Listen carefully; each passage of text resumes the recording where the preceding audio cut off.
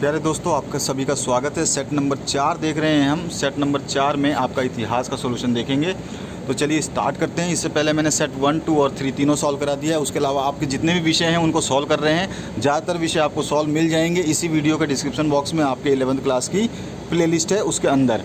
तो चलिए, अगर हम बात करें इस पेपर के सोल्यूशन की, तो इसका सोल्यूशन स्टार्ट करते हैं पहले क्वेश्चन से। साथ ही साथ आपको बता दूं कि आप अगर कोई भी चाहते हैं, कोई भी स्टूडेंट ये चाहता है कि 90+ स्कोर आए, तो सितंबर से मैंने जितने भी 11th क्लास के पेपर सॉल्व करवाए हैं, चाहे वो मासिक जांच परीक्षा का हो, चाहे मॉडल पेपर का हो, और 2021 का मैंने मॉडल पेपर भी सॉल्व करवाया है। तो इन अगर सभी को देख लिया आपने तो आपका काम समझ लो हो गया। 90+ स्कोर आसानी से मिल जाएंगे। तो चलिए स्टार्ट करते हैं इसके पहले सोल्यूशन से।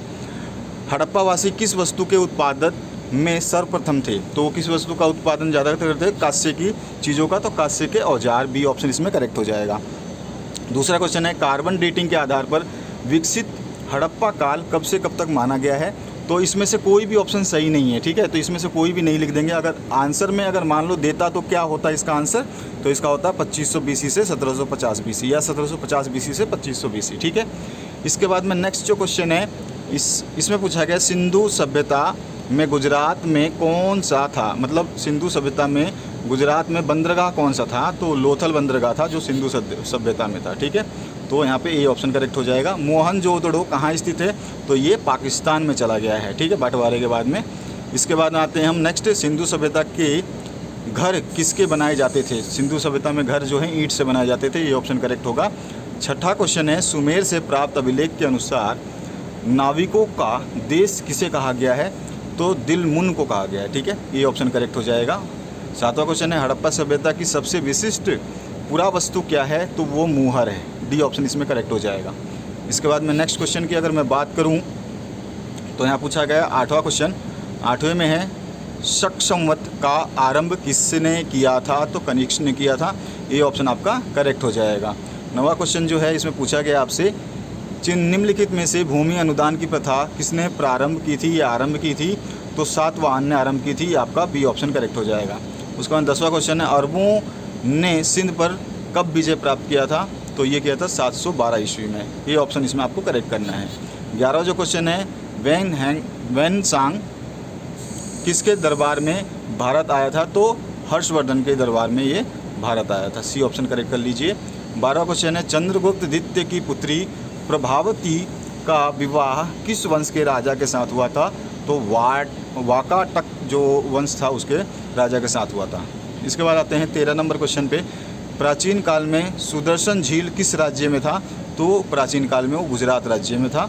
अब आगे बढ़ते हैं नेक्स्ट क्वेश्चन की तरफ। यहाँ पे है 14 नंबर क्वेश्चन, माहिष्मती किस महाजनपद की राजधानी है? तो अवंती की, ठीक है, अवंती की राजधानी है। उसके बाद में 5वां है, धम्म का सिद्धांत किस शासक के द्वारा किया गया था? तो अशोक द्वारा किया गया था धम्म का सिद्धांत। उसके बाद 16वां क्वेश्चन है, 5वीं शताब्दी में निर्मित देवगढ़ का मंदिर में किसकी मूर्ति थी?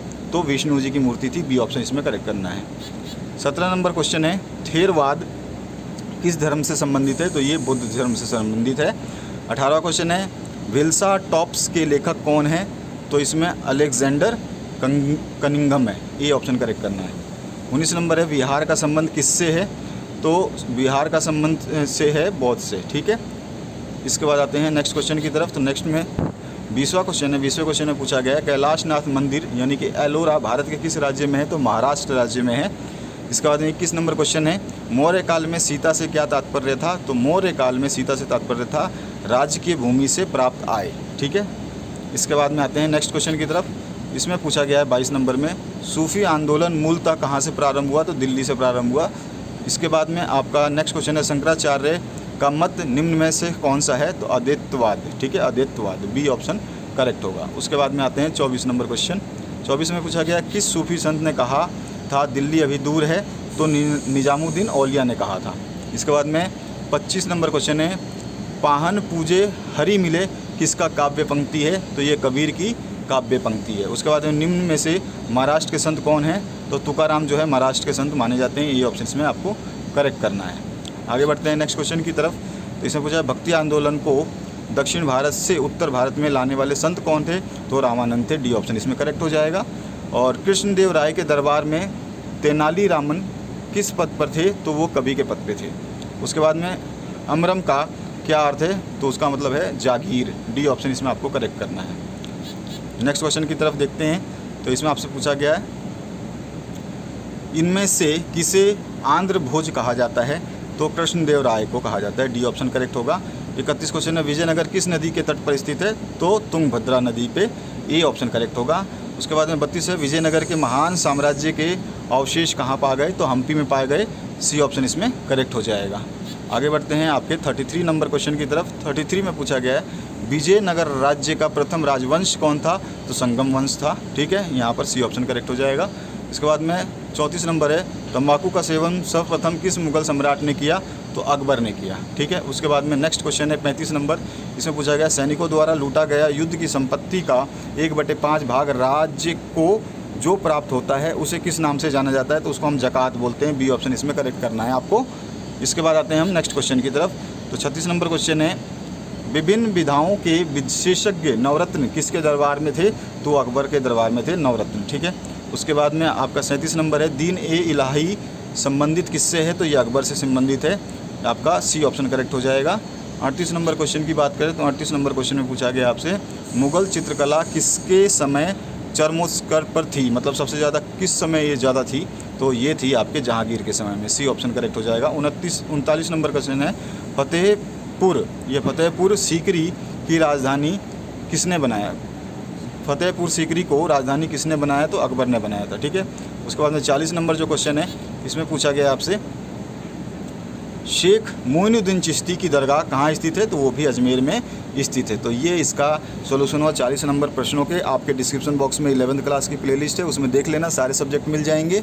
और अपने दोस्तों के साथ शेयर करना मत भूलना, और घंटी का बटन दबा लेना सब्सक्राइब करके, ताकि आपका कोई भी वीडियो डालो तो उसका नोटिफिकेशन आपको मिलती रहे। तो ध्यान रखा करो ये चीज़। और कमेंट सेक्शन में कमेंट कर सकते हो। आपको अगर कोई लिंक नहीं मिलती, कोई वीडियो नहीं मिलता, तो हम आपको आराम से उसकी लिंक या जो वीडियो है उसकी लिंक दे देंगे। तो घबराने की ज़रूरत नहीं है, आपके साथ हूँ मैं। आपका एग्ज़ाम आराम से आपको क्लियर करा के जाऊँगा, चिंता मत करिए। Thank you very much, have a good day.